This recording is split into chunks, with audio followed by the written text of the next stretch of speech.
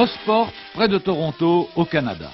Un tracé sinueux sur un terrain accidenté, mais une piste étroite, sans visibilité, sans dégagement, au revêtement dégradé. En somme, un circuit suranné, dangereux, ne correspondant en aucune façon aux impératifs de sécurité modernes. Pourtant, pouvoirs sportifs, constructeurs et pilotes ont accepté d'y courir. Étrange indulgence si on la compare avec la stricte rigueur qui a conduit à la mise au banc du Nürburgring, lequel, comparé au circuit canadien, est un modèle de sécurité. D'ailleurs, dès la première séance d'essai, le pilote britannique Ian Ashley sera victime d'un grave accident. Lafitte en fut le témoin. Jacques, vous suiviez de près Ian Ashley. Qu'est-ce que vous avez vu? C'est simple. C'est arrivé au bout de la ligne droite où on est à 270 à l'heure. Il y a une petite bosse, une légère bosse. Et la voiture a dû se délester un peu trop de l'avant. Et l'air s'est engouffré sous la voiture. Et ça a fait aileron et elle a décollé comme un avion. À la verticale. Elle a pivoté. Et elle est retombée sur le... Moi, c'est tout ce que j'ai vu parce que j'étais très près. Je suis vite passé à droite. En fait, Ian Ashley s'est tiré fort bien de cet accident puisqu'il n'a que des fractures aux jambes et aux bras.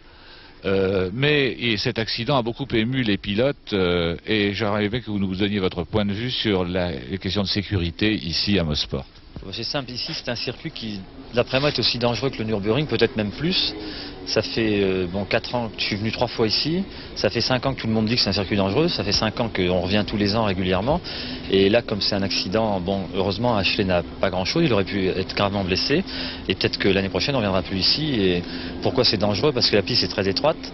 Ici il fait très froid l'hiver, donc il y a énormément le revêtement ne tient pas le choc l'hiver, donc il y a beaucoup de bosses. En plus, le circuit est très tourmenté avec des hauts, des montées, des descentes. Et on décolle. Enfin, la voiture se délaisse très souvent. Et les abords de piste sont très dangereux parce que les rails ne tiennent pas debout. Vendredi, je crois, il y avait 90 personnels pour la sécurité, alors qu'il en faut 200, et puis tout comme ça. Mais on peut être négligent en même temps que tatillon. C'est ainsi que Lafitte, Depailler et Jabouille furent contraints de remplacer leurs casques habituels, non homologués par la CSI. Il est vrai qu'à Mosport, il vaut mieux être bien protégé en cas d'accident. Un grand absent aux essais, Niki Lauda, a refusé d'étraîner sa nouvelle couronne à Mosport. C'est faire bien peu de cas du public, vis-à-vis duquel on a d'autant plus de devoirs qu'on est champion du monde. Selon Lauda, l'écurie Ferrari ne mettrait plus à sa disposition les moyens de bien figurer. En fait, il réglait ainsi ses comptes à la suite du renvoi de son chef mécanicien personnel et parce qu'il désapprouvait l'engagement d'une 3e voiture confiée à l'espoir canadien Gilles Villeneuve, choisi par Ferrari pour le remplacer. Gilles Villeneuve, quel âge avez-vous? 25 ans. Il y a combien de temps que vous avez commencé à faire de la course automobile? Bien, depuis 73, donc ça fait 5 ans maintenant. Je crois que pour accéder à la course automobile, vous avez emprunté une voie assez originale. Bien, j'ai commencé avec la motoneige. Je ne sais pas si les gens connaissent ce qu'est la motoneige en Europe, mais en fait, ce sont des courses en hiver sur la glace, sur la neige. Et puis j'ai débuté avec ça en 69. Disons, j'avais de l'intérêt en automobile depuis avant ça, mais c'était les moyens financiers que je n'avais pas. Alors en motoneige, ça a bien été. J'ai travaillé pour différentes compagnies pour qui j'ai couru. Et puis éventuellement, en 73, eh bien, j'ai fait assez d'argent en bourse que j'ai pu m'acheter une Formule Ford et puis commencer comme ça. Le Canadien est sûrement doué, déterminé et audacieux. Mais il manque encore de maturité. Nul doute que le départ de Lauda va créer un grand vide chez Ferrari l'an prochain. Cette fin de saison est placée sous le signe du duel Hunt-Andretti. Sur ce tracé accidenté, la phénoménale stabilité de la Lotus et la conduite tout en finesse d'Andretti s'avéraient irrésistibles. Et Mario signait le meilleur temps.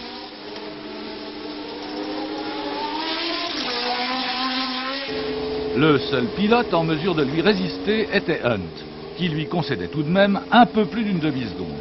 Mais derrière eux, c'était le trou.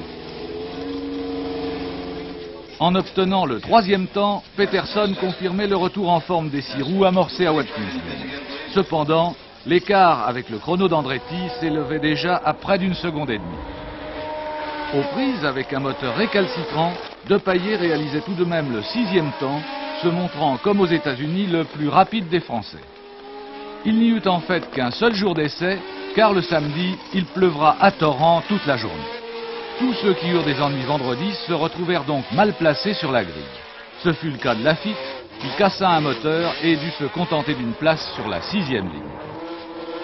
Par contre, c'était la consternation chez Renault.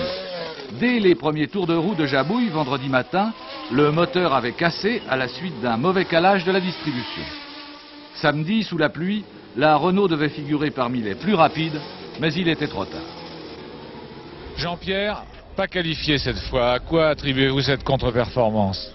Eh bien, à 3 choses. La première, c'est que je n'ai pas fait la première séance d'essai d'1h30. La deuxième, c'est qu'il y a eu un accident dans la deuxième séance d'essai, donc j'ai dû faire en tout 20 tours. La troisième, c'est que le lendemain, il a plu.